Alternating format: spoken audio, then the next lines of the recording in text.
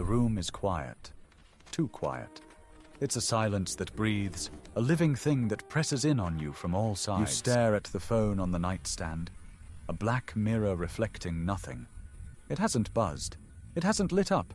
It is a tombstone for a conversation that never happened, and a feeling begins to coil in your stomach. A cold, familiar serpent. Is it anger? No, not yet. It is the fear of being forgotten, the terror of irrelevance. He walks in. He smiles. A simple, easy smile.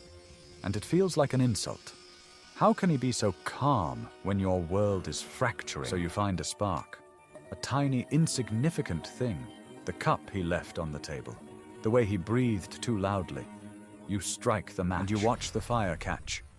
A small flicker of confusion in his eyes. It grows into a blaze of frustration, of anger, and you feel relieved. This is not a character flaw. It is not madness. This is psychology, and you've been taught to call it a love for drama. But that's a lie. A dangerous, simplistic lie. You don't love drama. You are terrified of the silence that precedes emotional death. Let's descend into the shadow. The first reason for this manufactured chaos is a desperate need for proof. Proof of life. Proof of love. This is attachment theory in its rawest form. When you have an anxious attachment style, developed from a history of inconsistent care, you learn one brutal lesson. The lesson is this: quiet connection is unreliable.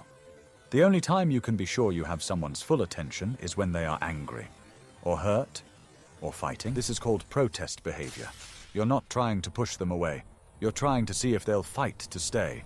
You are testing the bars of the cage. The drama is a signal flare shot into the darkness of your insecurity. The silent question behind every accusation is, are you still there? Do you care enough to engage? A calm, rational, I love you feels like a whisper in a hurricane. But a shout? A slammed door? That is a tangible, undeniable emotional response. It's damaging. It's toxic. But in that moment, it feels like proof. The chaos you create is the only evidence you have that the connection is real. The second reason is a deep, primal fear of stagnation. Our minds are not built for a flat line. We crave narrative. We need peaks and valleys to feel alive. When a relationship becomes too comfortable, too predictable, it can start to feel like a beautifully decorated tomb. Everything is perfect, and nothing is happening. Drama, in this context, is a defibrillator. It's a violent, painful jolt to a heart that you fear has stopped beating. You pick a fight to see if there is any passion left. Even if it's the passion of anger, it's better than the polite indifference of a roommate. The accusation, "You don't care anymore," isn't really a question. It's a desperate plea. Please, show me that you care, even if you have to scream it at me. You are trying to summon a storm in a tranquil sea because the calm has started to feel like a graveyard for ships that never sail. Consider Eleonora. She is with Silas. He is kind, stable, predictable. He is a harbor in a world of storms. But she has forgotten what a storm feels like. He forgets a minor anniversary. Not their wedding, not their first date. The anniversary of the day they adopted a cat. Insignificant. She could say, "I'm hurt you forgot." It would be honest, it would be healthy, it would also be quiet. And quiet is the enemy. Instead, she waits until he is tired, until he is vulnerable. And she doesn't mention the cat.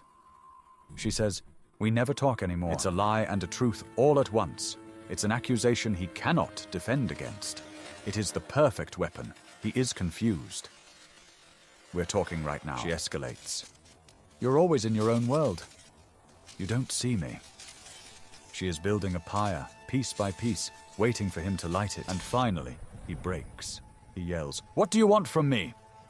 The words are a roar.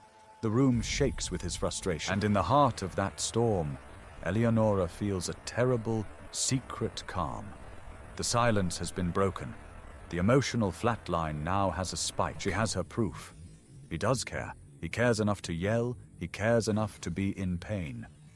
For her, in that twisted moment, his pain is a testament to her importance. The final piece of this puzzle is narrative.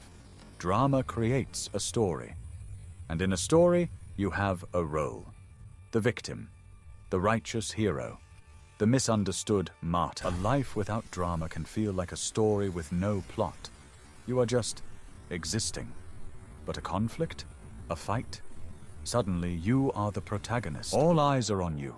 You have lines to say, emotions to perform. The chaos gives you purpose, a stage on which to prove your value, your pain, your existence. It allows you to recruit allies. You tell the story to your friends, editing it to cast yourself in the most favorable light. You gather sympathy. You build your case. This validation vortex is intoxicating.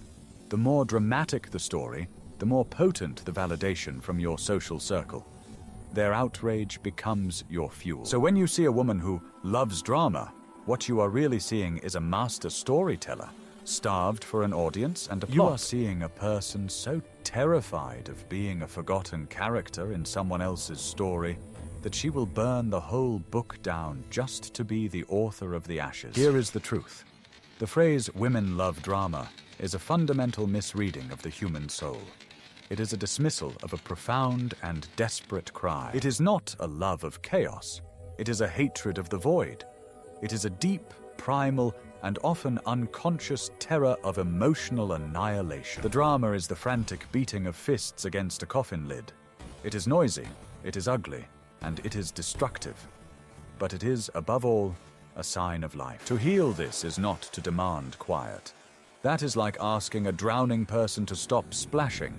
The demand itself is a form of violence. The only way through the storm is to understand its origin, to look at the manufactured chaos and ask, what silence is this person running from? It requires learning a new language, a language beyond the shouts and the slammed doors, the language of direct, vulnerable need. To be able to say, I feel invisible right now, instead of, you never see me.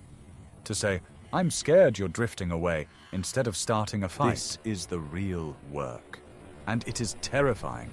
It is more terrifying than any fight, because it offers no stage, no script, and no guarantee of a response. But it is the only path that leads out of the theater of pain, and into the quiet, messy, and truly unpredictable reality of genuine connection.